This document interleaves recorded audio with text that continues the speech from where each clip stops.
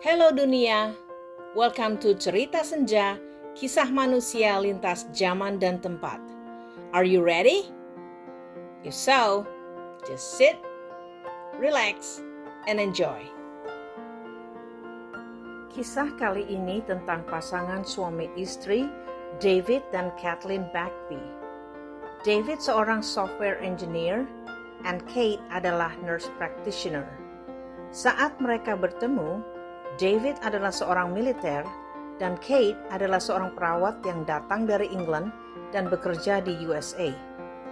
Mereka menikah dan tinggal di San Jose, California.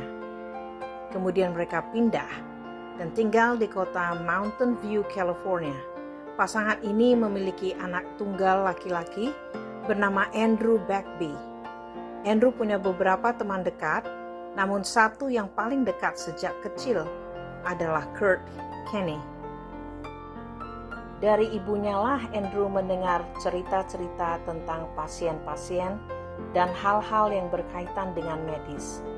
Setelah lulus SMA, Andrew melanjutkan kuliah di St. John, Newfoundland, Canada. Dia kuliah di Memorial University Medical School. Sebelum Andrew berangkat ke Kanada, ia bertunangan dengan kawan lamanya, Heather Arnold, yang juga berkuliah di kampus yang sama. Namun setahun mereka kuliah, Heather memutuskan pertunangan mereka, dan Heather berharap Andrew bisa menemukan seseorang dan berbahagia. Di awal tahun 1999, Andrew yang saat itu berusia 28 tahun berpacaran dengan Shirley Turner yang berusia 38 tahun.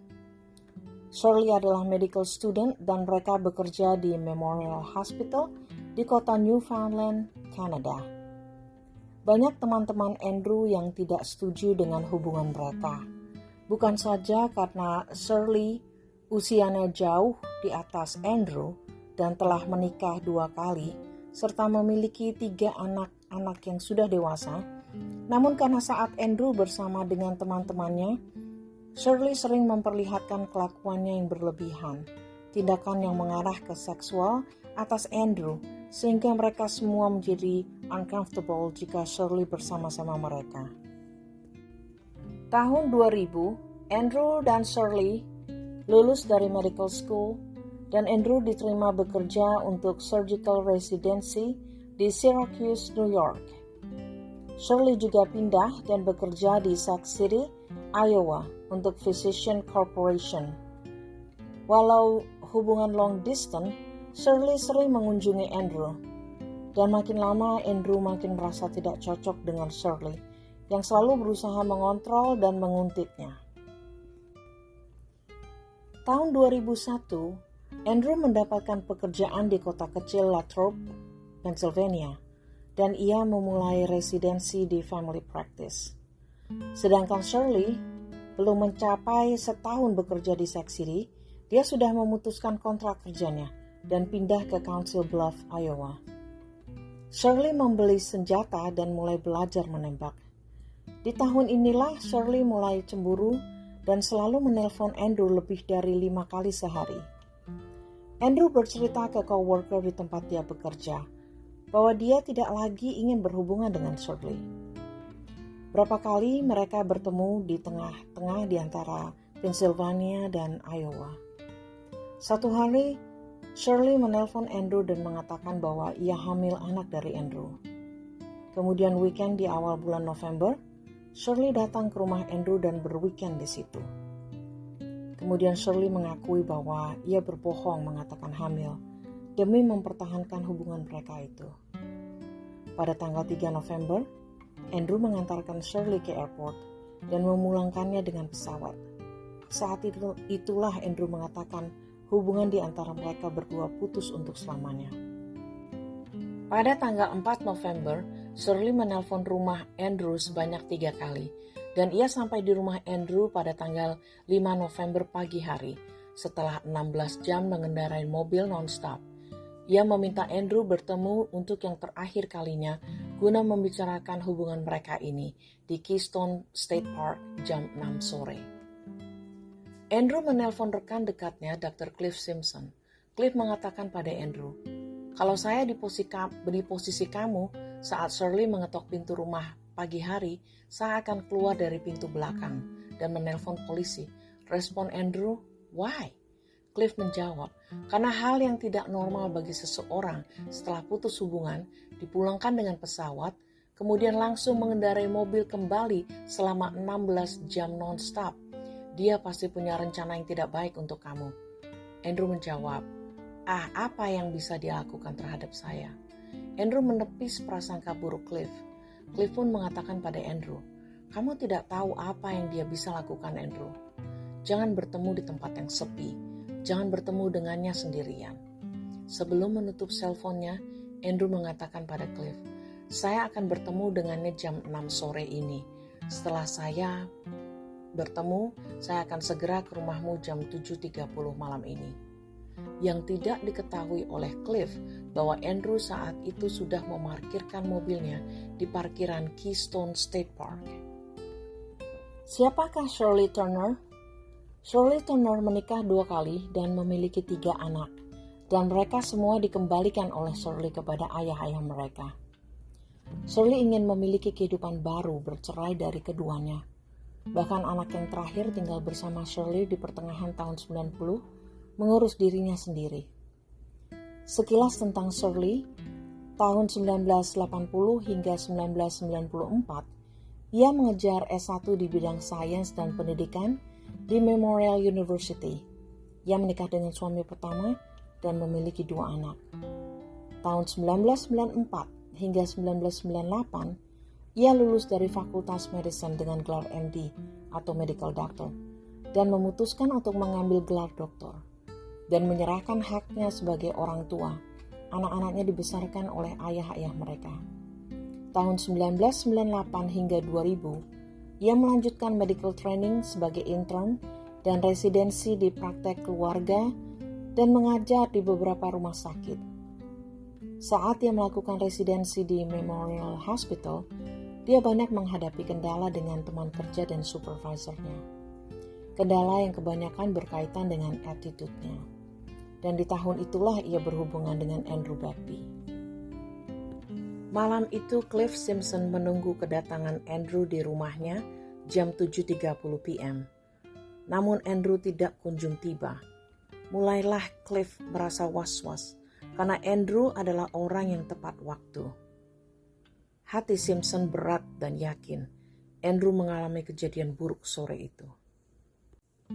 Esok hari tanggal 6 November, kepolisian setempat mendapatkan telepon dari beberapa orang yang berjalan di Keystone Park. Di tempat parkir mereka melihat tubuh tergeletak. Ada darah di beberapa bagian tubuhnya dan ia memakai scrub atau pakaian orang yang bekerja di bidang medis di USA. Dan ada 1 mobil terparkir di situ. Polisi pun datang ke lokasi dan mengetahui identitas korban. Berita sedih itu pun segera memenuhi ruangan family practice di mana Dr. Andrew Bagby bekerja. Dan Dr. Cliff pun segera melapor ke polisi bahwa sore tanggal 5 November, Andrew Bagby akan bertemu dengan Shirley. Dan Cliff pun memberikan nomor cellphone number ke polisi. Dan dia meyakini bahwa Shirley adalah orang yang melakukan pembunuhan tersebut. Berdasarkan info tersebut, polisi segera menelpon Dr. Shirley Turner. Dan dia mengaku bahwa sepanjang hari itu dia di rumah, tidak enak badan, tidak pergi kemana-mana. Karena tidak ada bukti konkret, maka polisi tidak bisa berbuat apa-apa. Di tahun 2001, untuk mendapatkan laporan dari cellphone tower di mana cellphone dia berada, memakan waktu 2 minggu. Dan setelah pembicaraan polisi dengan Shirley, beberapa hari kemudian, Shirley segera terbang kembali ke Newfoundland, Canada. Setelah 2 minggu dan printout keluar dari perusahaan cellphone yang memperlihatkan bahwa cellphone Shirley ada di Keystone Park dan terlihat perjalanan dia kembali ke Iowa.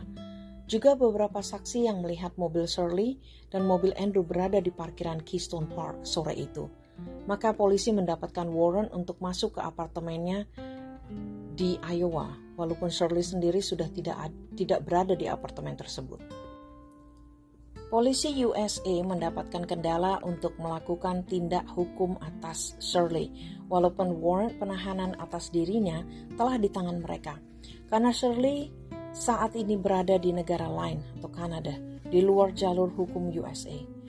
Namun kepolisian negara bagian Pennsylvania berkolaborasi dengan The Royal Newfoundland Constabularies atau RNC atau Kepolisian Newfoundland. Intelligence Unit melakukan pengawasan tindak tanduk Shirley sejak tanggal 12 November. Dan pada tanggal 2 Desember, RNC menemukan printout ultrasound yang diambil pada tanggal 29 November, menunjukkan ada foto fetus dalam kandungan Shirley. Untuk meyakinkan anak siapa fetus tersebut, akan dilakukan DNA test setelah bayi lahir. RNC menangkap Shirley pada tanggal 12 Desember, dan pada tanggal itu juga proses ekstradisinya ke USA mulai dilakukan. Namun hakim Newfoundland bernama Gail Welsh membebaskan Shirley karena dianggap dia tidak berbahaya. Maka ia dibebaskan dari penjara dengan jaminan uang sebesar 75.000 Canadian dollar, menyerahkan paspornya, dan tiap minggu harus datang melapor ke RNC dan berjanji tidak pergi dari lokasi dan tidak menghubungi keluarga Andrew. Jaminan uang Shirley dibantu oleh psikiaternya bernama John Duchette, seorang kawan kerjanya di Memorial University. Setelah anak Shirley lahir dan diberi nama Zachary, lahir pada tanggal 18 Juli 2002, dan DNA test menyatakan bahwa Zachary adalah anak dari Andrew, maka David dan Kate Bagby, orang tua Andrew, pindah ke St. John dan mulai memperjuangkan hak asuh Zachary. David dan Kate mendapatkan hak kunjungan atas Zachary, dan terlihat Zachary lebih dekat dengan Kate daripada ibunya sendiri. Walau dalam hati David dan Kate terbakar emosi atas luka pembunuhan anak satu-satu mereka berusaha tenang demi memenangkan hak asuh Zachary. Pada bulan November 2002, Shirley kembali masuk penjara, menunggu keputusan oleh Federal Justice Minister mengenai apakah ia harus diekstradisi kembali ke USA untuk menghadapi pengadilan atas pembunuhan yang dia lakukan terhadap Andrew Bagby. Namun Januari 2003, kembali Hakim Welsh membebaskan Shirley dan dianggap tidak bersalah dan bebas tanpa jaminan. Pada tanggal 4 Juli 2003, Shirley bertemu dengan seorang laki-laki di bar di St. John. Mereka berpacaran dan berhubungan seksual 2 kali. Namun laki-laki tersebut memutuskan hubungan mereka setelah ia mendapatkan info dari seorang teman bahwa Shirley terlibat kasus pembunuhan. Dan Shirley melakukan 200 pengancaman melalui telepon terhadap orang ini. Ia juga mengakui bahwa ia hamil, namun tidak ada bukti bahwa ia hamil. Laki-laki tersebut segera melaporkan ke RNC selama 3 kali. Namun, pria ini tidak mau memberitahu identitasnya, maka hal ini tidak bisa menjadi dasar investigasi. Pada tanggal 18 Agustus 2003, hari itu adalah jadwal Zachary bersama ibunya. Shirley menebus obat lorazepam di apotek. Obat ini adalah obat penenang. Kemudian ia dan Zachary pergi ke Conception Bay South dengan mengendarai mobil anak tertua Shirley. Ia memarkir mobil tersebut dekat dengan rumah mantan pacarnya di daerah Killigrews. Polisi menyimpulkan bahwa Shirley mencoba untuk menjebak si mantan atas tingkah laku yang akan dia lakukan. Sesudah meminum banyak lorazepam dan mengaduknya ke minuman Zachary, Shirley mengikat Zachary di dadanya dan berjalan menuju dermaga. Kemudian ia pun melompat ke dalam lautan Atlantik. Shirley Turner bunuh diri dan ia membunuh anaknya sendiri di usia 13 bulan. Berdasarkan otopsi, Zachary tidak sadarkan diri saat tenggelam di lautan bersama ibunya. Tubuh Zachary dan Shirley ditemukan keesokan harinya terpisah di pantai oleh 2 orang turis yang sedang berjalan di tepi pantai. Hati David dan Kate Bagby kembali teriris atas kejadian ini.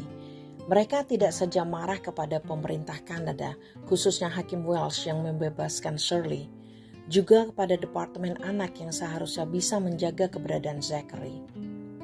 Dengan perjuangan bertahun-tahun dan bantuan kawan kecil Andrew, yaitu Kurt Kinney, tahun 2007, David Bagby membuat buku tentang pembunuhan beruntun Andrew dan Zachary dengan judul Dance with the Devil. Kemudian tahun 2008, Kurt Kinney mempublikasikan film dokumentasi berjudul Dear Zachary, secarik surat kepada seorang anak laki-laki tentang anak ayahnya, yang mendapatkan perhatian luar biasa di USA dan Kanada. Promosi yang dilakukan oleh Kurt juga kehadiran David dan Kate Bagby di TV atas ketidakadilan pemerintah Kanada pada akhirnya membuahkan hasil. Hakim Wells mengundurkan diri dari pekerjaannya.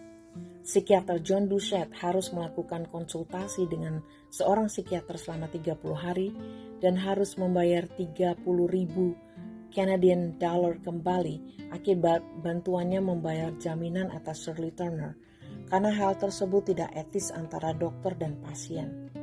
Dan pada akhirnya, tahun 2010, pemerintah Kanada mensyahkan hukuman Zachary, yaitu persidangan hukum diperbolehkan untuk menolak adanya jaminan bagi tertuduh yang melakukan tindak kejahatan serius untuk menjaga keselamatan anak-anak mereka.